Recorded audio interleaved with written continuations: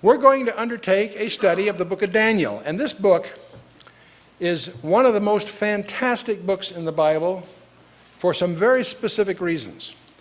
But I also have to share with you that for me personally, it's probably the book that impacted my life as a young, impressionable teenager more than any other thing. I had come to the Lord.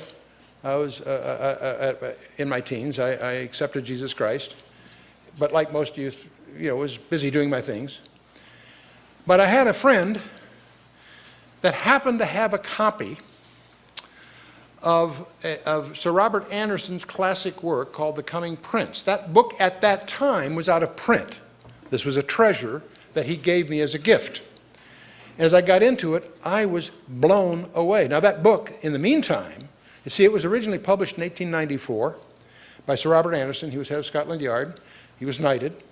But he made some discoveries about the book of Daniel that are really quite startling, and we will be dealing with those when we get further into the book. But that so astonished me that it really, it was the book of Daniel and the discoveries in that book that galvanized me into the reality that Jesus Christ really is who he claimed to be. You say you can't prove the Bible. Wrong, you can, if you do a little bit of homework. And the book of Daniel stands as a pillar, as an apologetic as well as a book of prophecy in both terms. So I think you're going to find it one of the most rewarding studies that you can undertake. The book of Daniel, of course, we're in session 1, which is introduction, and we'll deal with chapter 1, which is basically the deportation of these teenage kids by a foreign power. Now to put this in broad perspective as we look at the panorama of history, obviously we're far beyond Genesis, the creation of man, all the way through Abraham and so forth. We're beyond the Exodus. We're, in fact, even beyond the monarchy. We're at the collapse of the monarchy. And we are really in the beginning of what's called the exile, the Babylonian captivity. Right on the threshold of that to put you in perspective here. Why study the book of Daniel? Well, I've mentioned because of the personal impact it had on me is one of the reasons I wanted to get that across. But the other reason most people undertake a study of this book is that it reveals all of Gentile history in advance. The Bible generally deals with history, both past and future, through the lens of Israel. You generally see things, biblically, from the frame of reference of God's chosen people, the nation Israel. But there are a couple of exceptions to that, and 2 of those exceptions are in this book, where the focus is on Gentile dominion. In fact, the book of Daniel shifts from Hebrew to Aramaic, which was the Gentile language in that day, for those portions. In fact, it may shock you to discover that there is a chapter in the Bible that was written by Nebuchadnezzar, the king of the world at that time. He not only wrote it, he posted it throughout the world. And for some reasons that I'll share with you when we get there, I'll share with you a suspicion I have. When I get to heaven, I expect to see Nebuchadnezzar there. That will surprise a lot of people, maybe even him. But the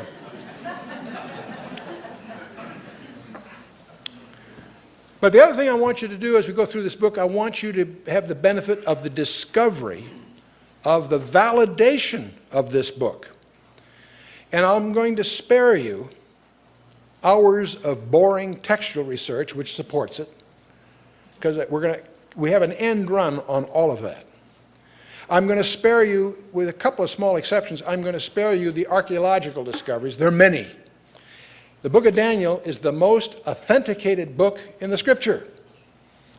But it also validates itself with the most astonishing passage that's in the entire Bible. There's a passage in this book that by its very being there, with the precision of it being there, should put any rebuttals to silence. A proof, a bulletproof proof of the deity of Jesus Christ. And we'll deal with that, of course, when we get there. Now, most of you are probably tired of me hammering what really is our trademark premise, and that is the basic discoveries that underpin our particular ministry. We have in our laps here 66 books that we collectively call the Bible, but there's 66 separate books that were penned by over 40 guys over a period of several thousand years, about 1,500 plus. You say Moses wasn't that old? No, but Job was. You see, the book is probably the first of the books. Anyway, the point is, 66 books penned by 40 guys over thousands of years that are an integrated message. We have an integrated message here. I don't mean just thematically, that there's a theme in the Old Testament fulfilled in the New. No, much more than that. We take the position that every number, every place name, even the linguistic structure of the text bears evidence of integrated design, skillful, anticipatory design. 66 books, 40 authors, over 1,000 years. From that discovery, which you can demonstrate by just getting into it, a second discovery emerges, and that is that this has to have had its origin from outside the physical universe as we know it, outside the dimension of time itself. And you can prove it. Can't prove the Bible? Yes, you can. If you can establish that it's an integrated message, and you can demonstrate that it had its origin from outside the dimensionality of time, and there's no other religious book on the planet Earth that can make that statement or rely on that for its validation. But I want to talk, we're not going to spend a lot of time on text, but obviously the original Hebrew, you probably, if you read in this area, you'll find it's sometimes called the Verlaga. In the days of Ezra and Nehemiah, the Old Testament as we think of it, is pretty much pulled together. But the main point, that's the anchor for your perspective here, is that this entire collection that we call the Old Testament, or the Jews called the Tanakh, was translated into Greek. It started about 285 BC under Ptolemy Philadelphus. 72 scholars were convened, the best they could find, in Alexandria, which was the major literary headquarters in the world at that time, with the task of spending 15 years to translate the Old Testament Hebrew into Greek. The reason being that Greek was enforced as the international language in the days of Alexander the Great. Most of the world spoke Greek. Even if you were Jewish, you spoke Greek, not Hebrew. You used Hebrew much as a Catholic uses Latin, for ceremonial purposes maybe, but not to the extent that you weren't necessarily comfortable with. What the people wanted was their Bible, the Old Testament, in their own language, which was Greek. Greek is a vastly more precise language, and I won't get into a whole discussion of all of that here, but we have a thing, how we got our Bible. It's also in Learn the Bible in 24 Hours. We give you some background, the differences between Hebrew and Greek and why God uses both. But in any case, the main point is the product of this translation is called the Septuagint translation, Septuagint being a fancy word for 70. It was that translation that was widely in circulation at the time of the New Testament period. Most of the quotes in the New Testament are not from the Hebrew, not from the Masoretic, that came later. It's from the Septuagint. Interestingly enough, Paul quotes from the Old Testament, he's usually quoting from the Greek version of the Old Testament. The real point I want to make, the thing you can anchor on, is that the Old Testament was in black and white, so to speak, 3 centuries before the gospel period. You say, well, who wrote Daniel? I can tell you, I know exactly who wrote Daniel, but that doesn't matter. Daniel was in writing, black and white, 3 centuries before the New Testament period. And it's the one that's most quoted. The Masoretic text, which is usually our Hebrew standard, that was derived from works of the Council of Yamnia back in 90 AD and pulled together later. So actually the Septuagint is older than even our Hebrew text of the Old Testament. Are we together so far? You also need to understand that the Jews at this time, 3 centuries before, accepted Daniel as canonical. So it's fruitless for a critic to argue about the existence of the book of Daniel. He may quibble about who really wrote it when, but he can't place it after the time it was translated into Greek, much as he might try. And they try very hard. You'll run into all kinds of characters that try to say, well, it really written later, and they try to, but that's because they're uninformed. So at the top of your notepad, in the upper right-hand corner, put Acts 17:11. That's where Luke tells you, don't believe anything Chuck Missler tells you, okay? Acts 17:11 says, speaking of those that were in Berea, it says, these were more noble than those in Thessalonica, in that they received the word with all openness mind, yet they searched the Scriptures daily to prove where those things were so. The Thessalonians were enthusiastic, great, but the ones in Berea were skeptical, checked it out. They took it with an open mind, but they checked it out, and they're commended for doing so. So this is a basic caveat. Don't believe anything I tell you. Check it out for yourself, okay? Daniel and the Critics' Den. You know, it's interesting. No other book has been as validated as the book of Daniel throughout history. In 332 BC, when Alexander the Great was on his conquests, when he gets to Jerusalem, the high priest then was Jaddua, showed him references to himself in the book of Daniel, and the city was spared. And that's recorded by Josephus. So Daniel was a book venerated, in fact, spared the city 3 centuries before the events here. Now, by the way, I won't get into a lot of archaeology. We could spend all time doing that, but I'll just mention one that is very important. The archaeologist Koinonia, a German archaeologist, back before the First World War, excavated Nebuchadnezzar's palace, the banquet hall that we see prominent in Daniel chapter 5 with the handwriting on the wall, had been identified way back that early. It's since been rebuilt, by the way, by Saddam Hussein. We'll talk about that when we get there. And there are all kinds of details that critics used to point to in the book of Daniel that were wrong. It didn't describe history as had been commonly accepted throughout the Western world. But subsequent discoveries not only validated Daniel's rendering of that history, they demonstrated that Daniel had to have been an eyewitness. And we'll cover some of that as we go. But the ultimate identification is Jesus Christ. If you believe in Jesus Christ, you've just saved yourself hours of boring library research. Jesus quotes Daniel directly 3 times. He refers to Daniel the prophet.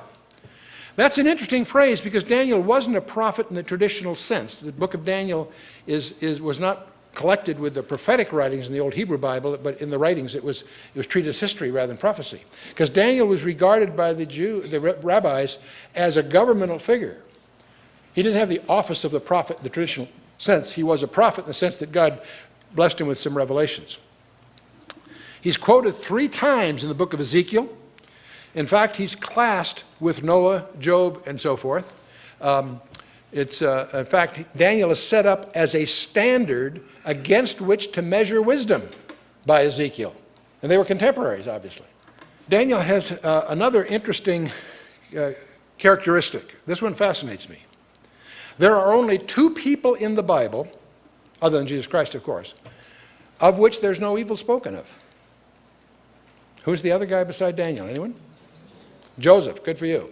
What's interesting is Daniel and Joseph have nothing negative said about them. Don't misunderstand, they weren't sinless. That's not the point. We're all sinners. But they were exemplary and faithful and had nothing evil said. And what fascinates me, they both were professional executives. So that's a high calling. That's interesting, I think. There are a number of foreign words. Some of the critics quibble that, well, there's 15 Persian words and 3 Greek. No kidding. Here's a guy that rose to be prime minister of Babylon during those empires, and not only survives that, rises to power in the succeeding empire in Persia. It wouldn't surprise me that he had skill in multiple languages. He was prime minister of 2 empires. So, in effect. Now, the organization of the book is in 2 halves. The first 6 chapters out of 12 are historical, narrative. And the first chapter we'll take tonight, he's deported as a teenager. We'll talk about that. The next chapter is where Nebuchadnezzar, this new king, has this bizarre dream and challenges his advisors to explain what it means. And that's one of the most colorful scenes in the Bible. We'll take that next time. We have the famous fiery furnace scene following. We have a very interesting chapter 4 that Nebuchadnezzar himself writes before it's over. And chapter 5 is the famous fall of Babylon, much misunderstood by many Bible teachers. We'll talk about that when we get there. And then we have the revolt of the Magi. Everybody wondered, we always talk about Magi at Christmas, and I don't think one person 100 knows what they were. The Magi were Persians. That's where we get the word magistrate. But the point is, the Magi were a hereditary priesthood that Daniel is put in charge of. And that frosted them, so they contrived to get Daniel in the lion's den, strangely enough. Now, it turns out, from chapter 2 through chapter 7, the focus is on the Gentile world, and it happens to be in Aramaic, not Hebrew. From our point of view, they're very similar, but from that time, it was the Gentile language in contrast to the Hebrew language that Israel spoke. The first chapter of the next series of 6 is also in Aramaic because, again, it deals with the Gentile world. So the first 6 are historical. The next 6, chapter 7 through 12, are visions of Daniel. In Daniel chapter 7, we have 4 beasts that show up in a vision that turn out to be, again, a profile of Gentile history. And we'll talk about that when we get there. Chapter 8 will focus on the incredible career of Alexander the Great. Daniel chapter 9 is one of your most important chapters in the entire Bible, if you're a serious student of prophecy. When 4 disciples came to Jesus for a private briefing on a second coming, he focused them on this passage, the last 4 verses of Daniel 9, as the key to all end-time prophecy. So we'll obviously be dealing with that intensely when we get there. Daniel 10 is one of these spooky chapters. In fact, it's a glimpse into the dark side, the spirit world that's at war, behind the scenes. Everything going on today that we see in the world are vestiges of a spiritual warfare going on unseen around us. And we see elections, we see empires rise and fall, but there are gigantic spiritual forces in contest behind the scenes. We'll get a glimpse of that in chapter 10, which is a prelude to the final climax of the book, chapters 11 and 12, which are the wrap-up. Chapter 11 deals with the so-called silent years, in part. You'll find books in the library called the silent years, meaning the period of time, the 400 years between the close of the Old Testament and the beginning of the New. They call those the silent years. That's an uninformed title, because those years are covered in the Bible in advance. Daniel chapter 11, 5 through 35, deals with the so-called silent years. And obviously we'll deal with that. And then chapter 12 is the final wrap-up, the final consummation of all things, including, of course, the second coming and so on.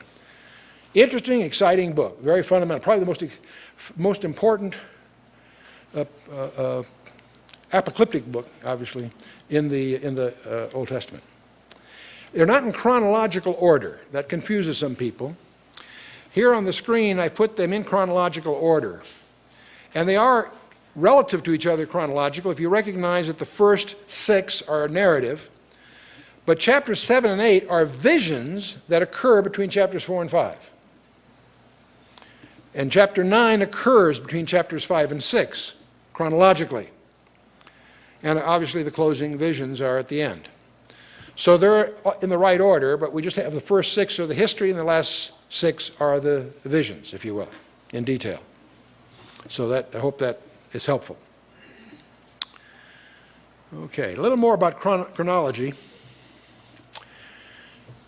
We've just finished studies of Jonah and Nahum, so you're familiar with the fact that after the civil war, when Solomon died and Rehoboam and Jeroboam divided up the nation in 2, we had the northern kingdom under Jeroboam and the southern kingdom under Rehoboam. The northern kingdom goes from bad to worse and ultimately is conquered by the Assyrians in 722. So we've been through all that. The Assyrian Empire was dominant for several centuries. But we're now moving to the point where Nineveh, the capital of the Assyrian Empire, falls to Babylon and Media in 612 BC. It's the beginning of the breakup. About 609, 3 years later, Pharaoh Necho leads his army against what's left of Assyria. He's trying to cherry pick some assets here. This is also an area that most commentators are not tuned into adequately, because in 2 Chronicles 35, Josiah chooses to do something very strange at this time. When Pharaoh Necho goes against Assyria, now Assyria has been the traditional enemy of Israel for several hundred years. It's starting to fall apart. Pharaoh Necho is going against Assyria, and Josiah takes up arms against Pharaoh Necho. See, what on earth is going on? Most commentators have not figured it out. Actually, one says that he thinks he was trying to align with him. No, he gets killed in the trial. Pharaoh Necho himself is bewildered. He says, what are you doing? I'm doing what God told me to do, which raises some other interesting questions. And I won't spend the time here to give you the whole story. It'll be a distraction. But there's a very good possibility that the Levites had taken the Ark of the Covenant out of the country to protect it from Manasseh's ravaging. And when Josiah takes over, he wants the Levites to bring it back. In verse 3 of 2 Chronicles 35, he asks them to return it to Israel. And there's records that they had put it on Elephantine Island, which is the fortress capital of Egypt, under the days of Pharaoh Necho. Pharaoh Necho had it there. Apparently it was an operation of the Levites. The reason Josiah is going against Pharaoh Necho, he wants his ark back. But Josiah gets killed, and we don't know what was going on, except we do have a documented record that the Ark of the Covenant went from Elephantine Island after 2 centuries to Tana-Kirkos Island on Lake Tana for 8 centuries before going to Axum. And if that's all true, then it's very possible they really do have the Ark of the Covenant in Ethiopia today. And the beliefs they hold about how it got there are provably wrong. But what everybody's overlooked is that it may have gotten there by a path that they don't understand. And it's in the Bible. It's implied in the Bible. So anyway, Pharaoh Necho, by the way, Pharaoh Necho was not Egyptian. He was Ethiopian, just as an aside. But within 3 years, we have the famous Battle of Carchemish, and that's where Pharaoh Necho meets Nebuchadnezzar, and Nebuchadnezzar wins, which makes the Battle of Carchemish in 606 BC is the milestone that generally is marked as the beginning of what's called the Babylonian Empire. Babylon had been a city-state of the Assyrian Empire, a pawn of Assyrian politics for centuries. But Nabopolassar, the king of the Babylon, the city, had a son by the name of Nebuchadnezzar who was a sharp general. And he's maneuvered his way now to the point where at the defeat of Pharaoh Necho, which is the major remaining power in that region, that makes the Babylon not just a city, but it's the beginning of the Babylonian Empire. Now that brings us to the first siege. On the way home, he lays siege to the city of Jerusalem. Nebuchadnezzar does. Jehoiakim is released he succeeds. He releases their king Jehoiakim as a vassal king. He plunders the temple of some of its artifacts for his own museum. He takes hostages to assure the loyalty of Jehoiakim and also to train promising young men to serve at court in Babylon. And among those that are taken are 4 young Hebrew teenagers, somewhere between 12 and 15 years of age. And Daniel, of course, is among them, but many people don't realize Daniel was of the royal line. He was one of the princes. These weren't just guys that showed promise. They were very, very promising youths, and they also had the right lineage. This first siege of Jerusalem begins a 70-year period that was prophesied to be the servitude of the nation. The nation Israel is to be captive of Babylon for 70 years. Why 70 years? God tells us in 2 Chronicles 36. Because for 490 years, they failed to keep the sabbatical year of the land. Just as we have 6 days that you work and 1 that you rest, they were to plow the land for 6 years and let it rest a 7th year, a sabbatical year. They failed to keep that. And God says, you owe me 70. And that's in the end of chapter 36 of 2 Chronicles. That's the very reason why it was predicted to be 7 years. Don't confuse the servitude of the nation with the desolations of Jerusalem. Both of them are predicted to be 70 years, but they're not coterminous. That is, they start and end at different times, slightly. We'll come to that. Now, getting back to this, Jehoiakim is still king in Jerusalem, but he's subject to Babylon. His false prophets keep urging him to rebel against Nebuchadnezzar, we're God's chosen people, etc., etc., etc. There are 2 guys that say, don't do it. A guy by the name of Jeremiah and a guy by the name of Ezekiel. They're saying, don't do it. This is God's will. God is using Nebuchadnezzar as his arm of judgment. yield to the will of God.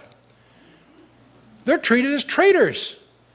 Jeremiah gets thrown in prison because he's preaching an unpopular message. So Jehoiakim finally does rebel. Nebuchadnezzar again lays another siege. And since he ignored Jeremiah's counsel, he rebels. There's a 5-year battle. Jehoiakim dies ultimately. His son Jehoiachin, also called Jeconiah, he goes by 2 different names, by the way. In fact, 3 different names. He's called Jehoiachin. He's called Jeconiah. He's also called Koiniah in some of your translations. Anyway, he reigns until the siege is finally over. And you want to do some homework on Jehoiachin. There's a very interesting passage in Jeremiah 22, the last verse in that chapter, where God says, see, Jehoiachin comes at a long list of bad news. And by the time you get to Jehoiachin, God says, no man of his seed shall prosper anymore in Judah. And they say, okay, so God's upset. He pronounced the blood curse on the royal line. Well, that creates a very fascinating theological problem. In fact, whenever I encounter this, I always visualize parties being thrown in Satan's council.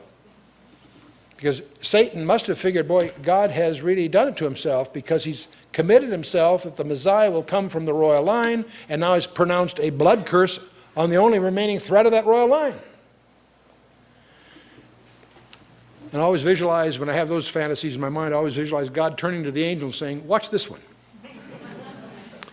And to solve that, you've got to look at the genealogies in Matthew and Luke. Matthew's Jewish, presents Jesus Christ as the Mashiach Nagid, the Messiah, the King, and he goes for the first Jew, Abraham, goes through Abram, through David, down through David, through Solomon, the first surviving son of Bathsheba, down through Joseph, the legal father of Jesus Christ. Terrific. Luke is a Gentile. He is not oriented to that. He's oriented to Christ's humanity. He starts his genealogy, in effect, with Adam. Adam takes him down to Abraham. From Abraham to David, they're obviously both identical. But when you get to David, Luke does a very strange thing. He takes a left turn. He doesn't go through the first surviving son of Bathsheba, Solomon. He goes through the second surviving son of Bathsheba, a guy by the name of Nathan. Not Nathan the prophet, another guy. And takes it down through Heli, who is the father of Mary. But you need to understand the daughter of Zelophehad. If a father had only daughters and she married in the tribe, he would adopt her husband as his son, and thus he would inherit. That's called the daughters of Zelophehad in the Torah. And it's astonishing to see how many commentaries miss the whole point of the daughters of Zelophehad, because on that peculiar exception in the Torah that God instructs Moses to put in the Torah, it hangs the claims of Jesus Christ, because Jesus Christ is of the house and lineage of David, but it's by a virgin birth, therefore it's not carrying the blood curse of Jeconiah. So I challenge you to get into that, because nothing else, it'll give you a profound respect for the precision of the Scripture and the elegance of God's designs. And it also is a terrific piece of background to be able to talk about at Christmas. Why a virgin birth? There's an aspect of that most people haven't had a chance to get into. But anyway, Jeconiah is captured, along with 10,000 captives, in fact 1,000 artisans also. This includes Ezekiel. So this is where Ezekiel also gets taken to Babylon. So from now on, Ezekiel's in Babylon, Jeremiah's in Jerusalem, both preaching, but one by remote control. No internet in those days. Jeconiah is captured. Zedekiah, his uncle, is installed as the vassal king. And so that's the second siege. Now Jeremiah from Jerusalem and Ezekiel from Babylon warn Zedekiah, don't make the mistake of your previous guy. Don't rebel. Nebuchadnezzar is God's instrument of judgment. But obviously the king is surrounded by false prophets. Say, hey, gets him on an ego trip. We're God's people. Let's rebel. So that he does, and that leads to siege number 3. Because Zedekiah ignores Jeremiah's and Ezekiel's warnings, and he yields to the false prophet and he rebels. Now, by this time, Nebuchadnezzar had a belly full of the whole operation. So this time when he lays siege, he wipes out the city. Understand that up till now, Jeremiah and Ezekiel have been telling him, look, don't rebel or you'll destroy the city. The city has been besieged twice, but it was left, he just took control. He didn't destroy the city. If you rebel, he's going to destroy the city. They do rebel, and that's exactly what Nebuchadnezzar did. He destroys the temple, he plunders the place, and that's the end of it. That starts a period of time called the desolations of Jerusalem. Many scholars confuse those two as being the same. Servitude of the nation, this would be the Babylonian captivity, 70 years. Yes, it was. The desolations of the city of Jerusalem are 70 years, but it's a different 70 years. And I'll show you that. So this begins the 70-year desolations of Jerusalem from the third siege. It's interesting to read some of the prophecies. Ezekiel said, God said through Ezekiel, my net also will I spread upon him, and he shall be taken in my snare, and I will bring him to Babylon, to the land of the Chaldeans, yet shall he not see it, though he shall die there. And Jeremiah also said, then the king of Babylon it records, because he was there, then the king of Babylon slew the sons of Zedekiah in Riblah before his eyes. Also the king of Babylon slew all the nobles of Judah. Moreover, he put out Zedekiah's eyes and bound him with chains to carry him to Babylon. Do you understand what Ezekiel said? He says, you're not going to see Babylon, though you'll die there. He didn't see Babylon. He was blinded first. But he was taken to Babylon captive and ultimately does die there. I mentioned that as you encounter these things, pay attention to the precision. God means what he says and says what he means. Now, the Babylonian period, we talked about the first siege of Nebuchadnezzar. That starts the servitude of the nation, 70 years. The second siege, they rebel the second siege. He installs Zedekiah. Zedekiah also rebels. So that leads to the third siege. That starts a period called the desolations of Jerusalem. Both of those periods are 70 years long, but they're different 70 years. Sir Robert Anderson is one of the few that recognized that precision and made some discoveries as a result of that. The servitude of the nation starts with the first siege. It ends when Cyrus the Persian conquers Babylon. As he walks into that city, he's confronted with a letter written to him in a 150-year-old book called Isaiah, calling him by name and outlining his career. He's so blown away, it's a matter of record. He releases them and gives them money to go home and build their temple. That ends the Babylonian exile, or the servitude of the nation. And it also starts the Persian Empire, obviously. In that Persian Empire, there's a guy by the name of Artaxerxes who has a cupbearer by the name of Nehemiah. Under Ezra, they've gone back there and they've tried to rebuild their temple, but they're not getting, almost 20 years go by and they haven't gotten very far because they're harassed too much. Nehemiah, being Jewish but being a cupbearer to the Persian king, gets permission to rebuild the city, the walls, which is what they were missing. And he goes back there and they rebuild the walls. That's the decree of Artaxerxes, and that triggers a prophecy that we're going to study when we get to chapter 9. That is the most astonishing document on the planet Earth. And we'll look at that when we get there. But this is the background. 2 Chronicles takes you up to the decree of Cyrus. Then Ezra and Nehemiah. Ezra takes you the period up till Artaxerxes, Nehemiah following, to give you a feeling of the historical books in the book. In terms of prophecy books, Daniel, of course, and Ezekiel are essentially contemporaneous at the early part of this. And Haggai and Zechariah in the Ezra and Nehemiah period, Malachi at the end, of course.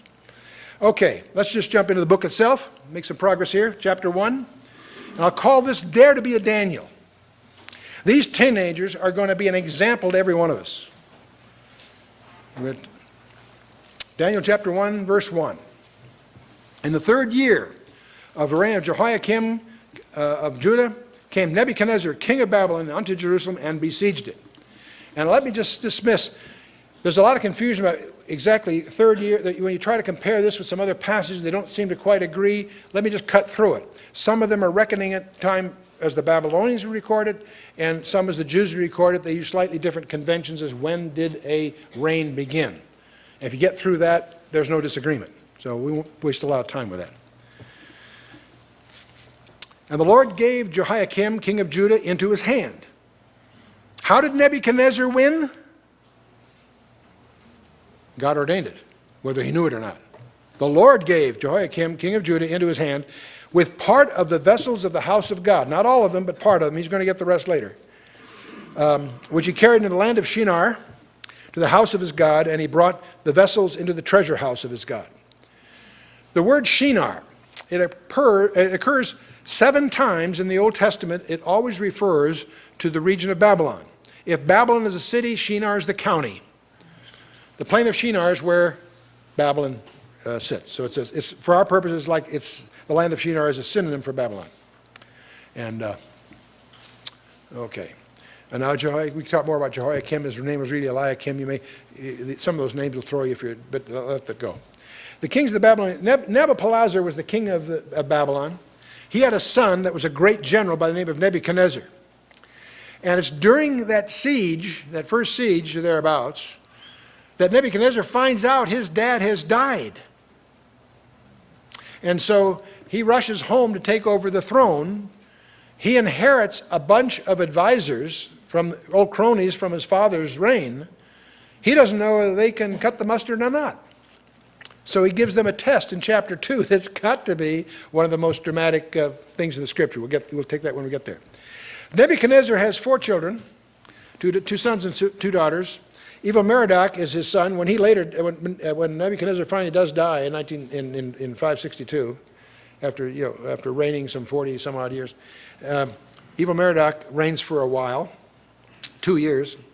Another of his daughters married. We've lost track of her, but after Evil-Merodach, Neriglissar reigns for about 4 years. But finally, Nebuchadnezzar's other daughter marries a guy by the name of Nabonidus, and Nabonidus is not a winner. In fact, he's not even interested in being king. So he has his son, well, by the way, Labashi-Marduk, the son of Neriglissar, reigned for 2 months too. It was a rough palace time. So Nabonidus has a son by the name of Belshazzar, and he is reigning when Babylon falls to the Persians. And it's very interesting because for many, many years, scholars said this whole thing in Daniel about Belshazzar is nonsense because Nabonidus was the king when the Persians took over. But we've made discoveries that point out that Nabonidus was away most of the time. He wasn't interested in being king. He had some other intrigues down in Arabia. He wasn't even around most of the time. He let his son really run the place. And Belshazzar was in charge when the Persians did take it over. And that record we have in Daniel had to be by an eyewitness. And we'll get into that in chapter 5. Let's move on with verse 4, 3 and 4.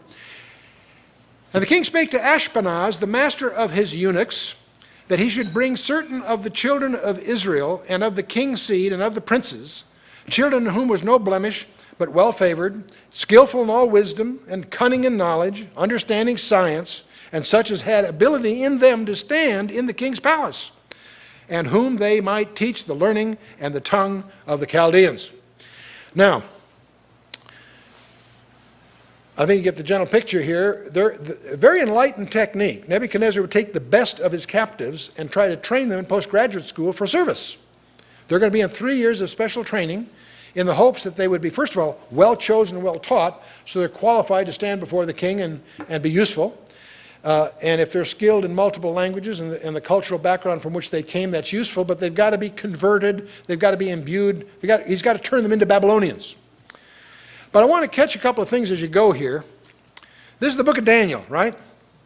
This is the fall of the house of Judah, the southern kingdom, right? 2 centuries ago, the northern kingdom fell to Assyria, right? We have the 10 lost tribes, right, called the house of Israel. You have heard those stories?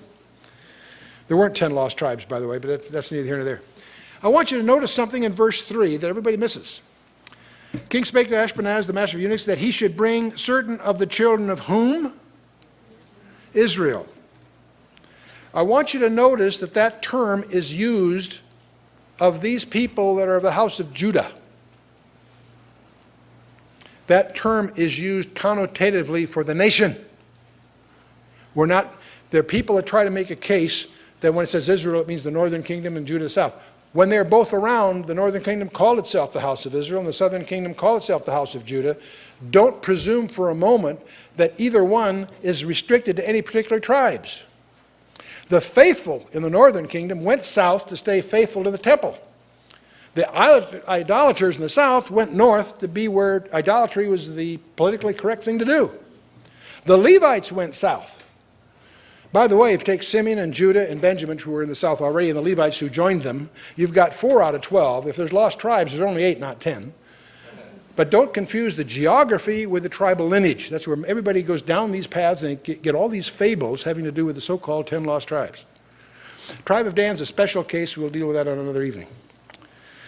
Okay, but I want you to notice all through the scripture, you'll find Israel and Judah used connotatively. Jews are Judah and not Israel. No, they're not. They're anyway. Sons of Abram, Isaac, and Yaakov. You call them Jews. You're not talking about the tribe of Judah. That's linguistically linked, but not otherwise. Anyway. Now these young guys had no blemish. They're favorites, skillful in wisdom, and so forth. These were top-grade guys, teenagers, probably 12 to 14 years old. Can you imagine them now? They're snatched from lovely homes. They were royal. These were pampered guys, well taught. Snatched from that and sent to a foreign country. And handsome, socially experienced, well-liked by everybody. We'll see that continue in their new life. And they were perfect examples. And don't knock. Now, the Babylonians, of course, full of all kinds of strange ideas, theologically. But don't knock them scientifically. The reason we have 360 degrees in a circle, the reason we have 60 minutes to an hour and 60 seconds to a minute comes from a hexadecimal system which comes from the Babylonians. The Babylonians' astronomy, while clearly imperfect in many ways, was profound for its day. And out of that came all kinds of religious things from which certain astrological traditions have continued. Not the foolishness of astrology today. All astrology is foolish, but the ones today, is, even if you really get into the history, is bizarre. The idea that somehow things are determined by the moment you're born is a relatively modern twist. Anyway, moving on. And the king appointed them a daily provision of the king's meat. Now, this isn't barracks rations here. This is the king's cuisine. These guys are being well treated for captives. The king appointed them a daily provision of king's meat and of the wine which he drank, so nourishing them 3 years that at the end thereof they might stand before the king. He didn't want them waste away in a barracks. He wanted presentable princes here. Now among these were the children of Judah, Daniel, Hananiah, Mishael, and Azariah. Those are their Hebrew names. Unto whom the prince of the eunuchs gave names. For he gave unto Daniel the name of Belteshazzar, of Hananiah, of Shadrach, of Mishael, Meshach, and of Azariah, Abednego. Now, I won't ask you to repeat the Hebrew names, but I know you can repeat the Babylonian names, thanks to the song. Shadrach, Meshach, and Abednego. We all know the names from the song. We got the wrong names, by the way. Typical, but anyway. Daniel was called Belteshazzar, Hananiah, Shadrach, Mishael, Meshach, Azariah, Abednego. Scholars are not exactly precisely in agreement to what these names mean, but typically Daniel means God is my judge. Hananiah means beloved of the Lord or something like that. Mishael, who is as God, and Azariah, the Lord is my help, or close to that. Notice that in the name of God appears in each of them, either with the El or the Yah, one way or the other. The Babylonians are trying to get them to conform to their world. Belteshazzar means Prince of Bel. See, Daniel's like the judge of God, or the prince of God. He wants the Prince of Bel. Shadrach means illumined by the sun god. Meshach, who is like the moon god.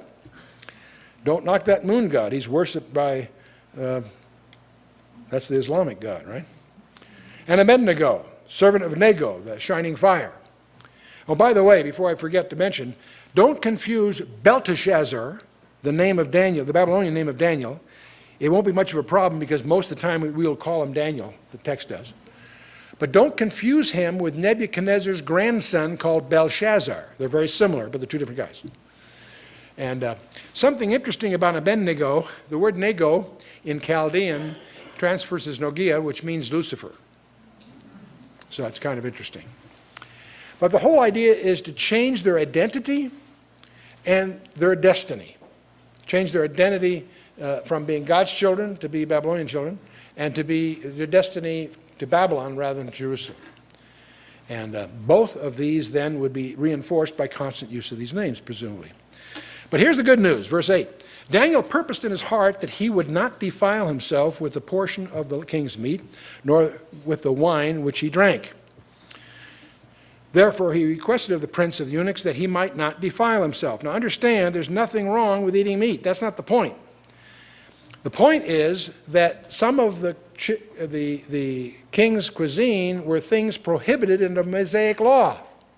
This is not an argument to be a vegetarian, as you'll see. It's an argument to not have to eat meat that's offered as idols. The practice in those days that meat that was served was part of the process was it was offered to idols first. That would be offensive to a Jew. They didn't bother doing that with the vegetables. So that's why they're looking. Daniel is resolved to try to get around this problem. So now God had brought Daniel into favor and tender love with the prince of eunuchs. Notice that Daniel had already earned the respect and the affection, if you will, of his bosses.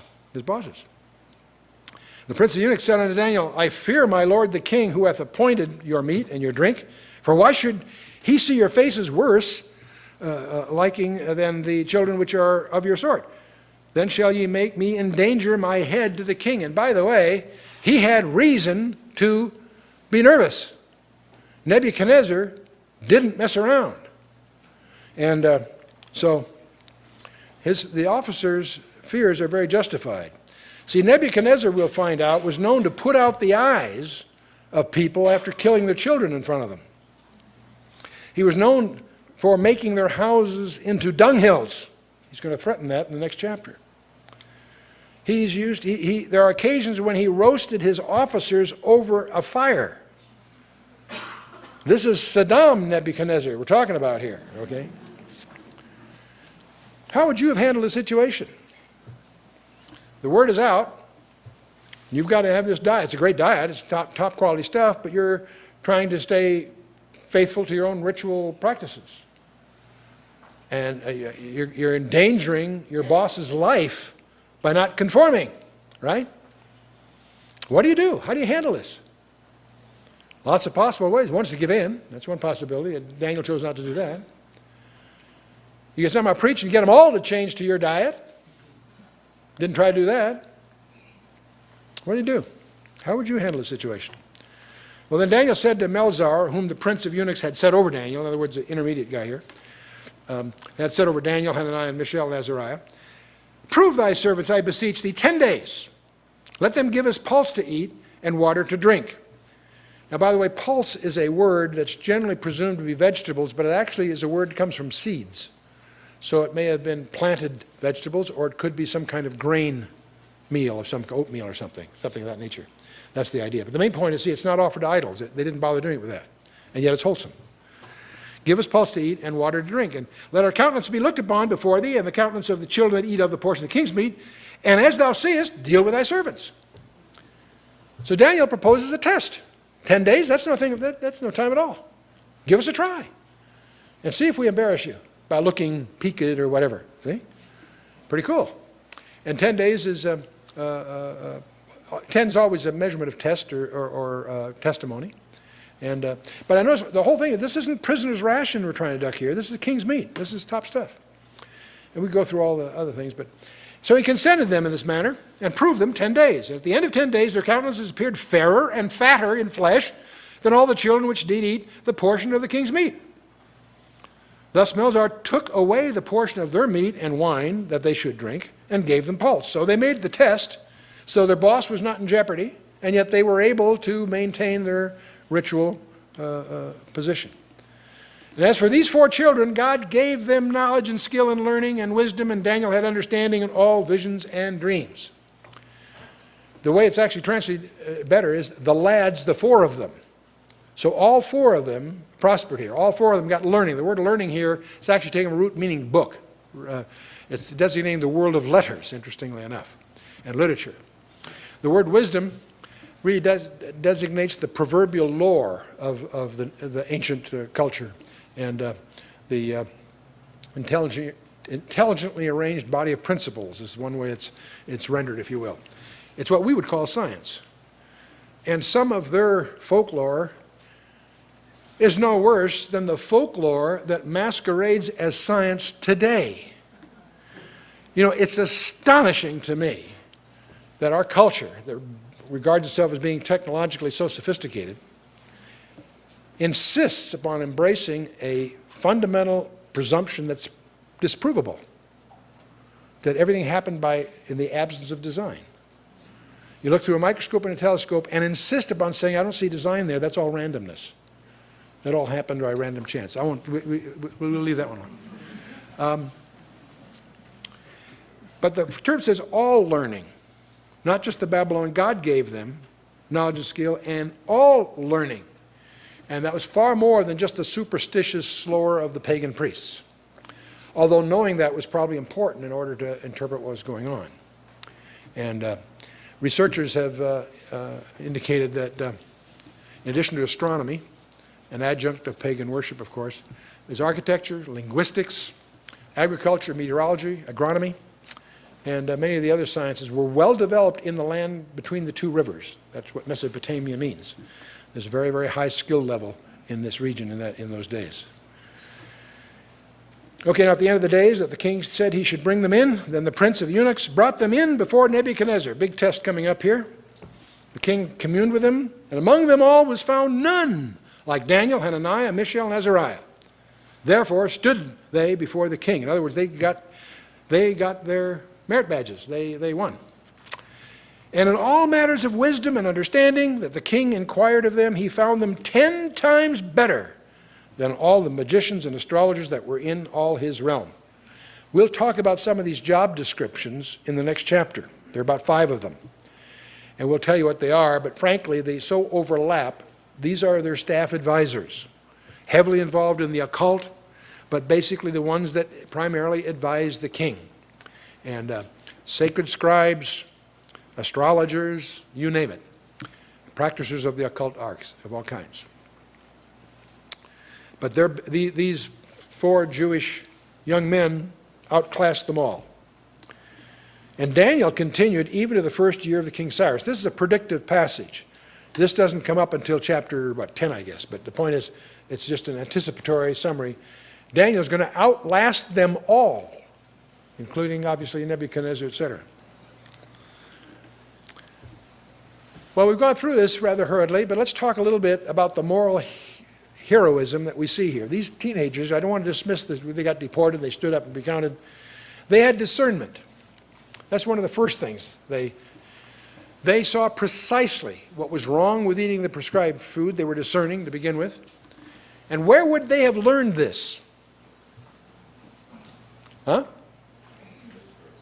Where? Where? Specifically?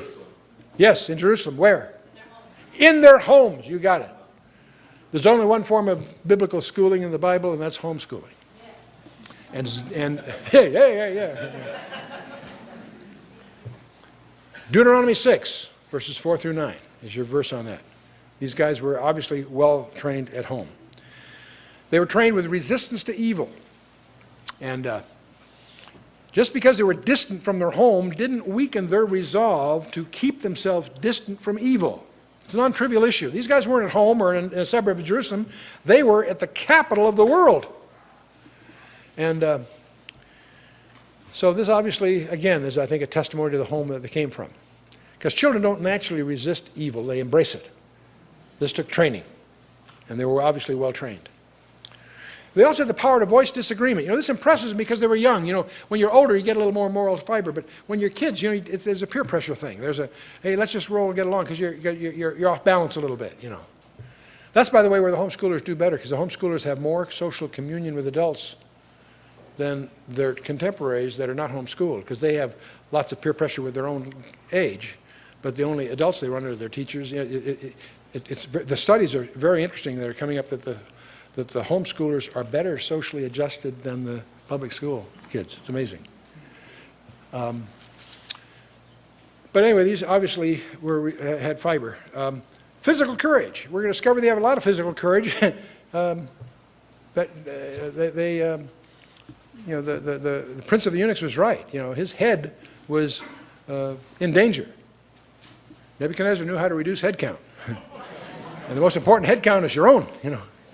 So, but in the lion's den and other places, we find they had perseverance. They stuck with it. And so when he didn't get help from the big boss, he went to the boss's steward and was able to get it. And of course, they were determined. He purposed in his heart, the scripture says. That's where it all starts. That's your most important stewardship. Take a piece of paper sometime and list the things that you have to be, that you're stewards of. You know, your business, your bank account, your family, your properties, whatever. What's your most important stewardship? Your heart. Your heart. And that's where Daniel started. He didn't have a shallow purpose. He was serious. Yet he did it meekly. No mock heroics here. He respectfully requested. He sought out what he was after. He was effective in that regard. And he obviously had good sense. The trial, he suggested, was discerning, perceptive, effective, creative. Good answer. Creativity. Good response. So Daniel's career, he's destined to rise to like prime minister of Babylon. We'll see how that starts to happen next chapter. When they get conquered by their enemies, he rises to power in the Persian Empire. And he's also going to personally receive the most astonishing passages in the Bible. The angel Gabriel is going to interrupt his prayer in chapter 9 and just blow you away with what he lays out specifically in front of him. And Daniel's career is authenticated. How do I know this is all true? Because Jesus said so. Jesus Christ himself said so. And as I say, he was classed with Noah and Job in terms of his stature in the holy of all books. Now, who's in charge all through here? One of the lessons we get here is, you see, God gave them to the hand of Nebuchadnezzar, the scripture says. God caused the official to show favor. God gave them skill. See, behind this, if you look, if we went through the chapter a second time, you notice at every critical juncture, the guy pulling the strings is the ruler of the universe himself. That's exciting. That's exciting to realize God has his hand on you if you give him a chance. Now, God, if God can do that to individuals, he can also do that to nations. God works behind nations, and that's what we're going to see next time. The times of the Gentiles revealed is what we're going. There's a period of time called the times of the Gentiles. The Ark of the Covenant is no longer in Israel's hands. It's put away until the Messiah comes. From Nebuchadnezzar until the Antichrist is a period of time that the New Testament in chapter Luke, in the book of Luke, calls the times of the Gentiles. That's what we're going to deal with in chapter 2. It's going to all lay out for you there. A timeline of all subsequent history is a subject next time, including what's just ahead for you and I. What's going to happen in Iraq and Iran and the rest of it. We'll deal with that next time. I have to share with you something. We touched something a little earlier. This is not going to be for your homework, because we're going to move out in the fringe a little bit here. But we talked about the first siege, servitude of the nation, second siege, third siege being the desolations of Jerusalem, and how degree of Cyrus, the fall of Babylon ends the servitude of the nation, and it starts the Persian Empire. How the decree of Artaxerxes triggers a prophecy we're going to deal with in chapter 9. There is an interesting, and we talked about, this is a slide from before. There is an interesting prophecy in the book of Ezekiel that causes a lot of people trouble. Because God prophesies 430 years of judgment on the nation. 430 years of judgment. Ezekiel chapter 4. 70 of those years, we know, are here in Babylon, the servitude of the nation. That leaves 360 that don't fit anything. You try to fit that 360, it's a problem. But someone some time ago noticed that in Leviticus chapter 26, it says, if ye will not yet for all this hearken unto me, then I will punish you 7 times more for your sins. In other words, if you don't obey me the first time, I'm going to multiply your punishment by 7. And I said, well, gee, that's interesting. If we multiply the 360 by 7, it comes out to 2,520, and that's roughly the time from then throughout the end of the diaspora. And that's as far as anyone ever took it. And I thought, well, wait a minute. One thing we learned from Sir Robert Anderson, and we'll get to that in chapter 9, is that God deals in 360-day years. So if we assume that these 360 times 7, these 2,520 years are 360-day years, how do we put that on our calendar to see what's going on here? Well, it turns out that 2,520 years of 360 days turn out to be 2,483 years of 365 days, and you have 9 months and 21 days left over. And we can go through the math here. Julian year is 11 minutes and 10.46 seconds longer than the mean solar year. The Gregorian reform recognized this, and 11 days were removed from our calendar during that reform. And then you also have to figure out leap years, because in 2,483 years, you've got, you divide that by 4, that would give you 621 leap years, but that gives you 3 too many every 4 centuries. That gives you 18 excess. So if you go through that whole rigmarole, you got 614 days of leap years to deal with. Anyway, when you go through all the arithmetic, it turns out that 2,520 years of 360 days is 907,200 days raw. But if you divide that on our calendar, it turns out to be 2,483 years, 9 months, 20 days, and 21 days. And you say, gee, Chuck, that's very thrilling. What do you want me to do with that? And the answer is, I don't know. But let's try and see what happens. If we take this slide that we had a few moments ago, if you take the 2,520 years from the servitude of the nation, you come to the restoration of the nation on May 14th of 1948. Well, that's kind of wild. But what happens if you take the 2,520 years from the decree of Artaxerxes, the end of the desolations of Jerusalem? You come to June 7th of 1967, when as a result of the Six-Day War, Jerusalem was returned to the nation Israel. What a coincidence. Now, I'm cheating here a little bit because it's not precise to the day, but it's close, because we don't know the exact days that some of these events occurred. But if you go through servitude of the nation, the 70 years, by the way, are 69 years less 2 days, because they're, again, we're dealing with 360-day years, and that works out.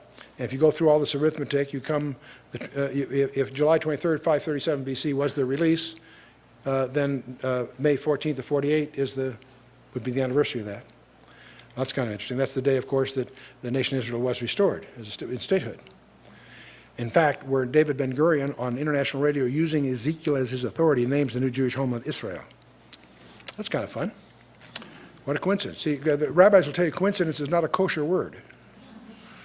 Desolations of Jerusalem. Again, we take the 69 years, the last 2 days that are the 70 years equivalent, and we go through that whole rigmarole. You come to June 7th of 1967, which, of course, is when the biblical city of Jerusalem was restored to the nation.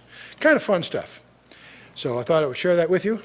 We're out in left fringe here. This is, it's not to the exact day, because we're not sure of the exact day, but it's because we don't know the trigger points precisely. But we know the seasons, and they're close. So that's kind of fun. So that's the first chapter of the book of Daniel. I'd like you next time to read Daniel chapter 2.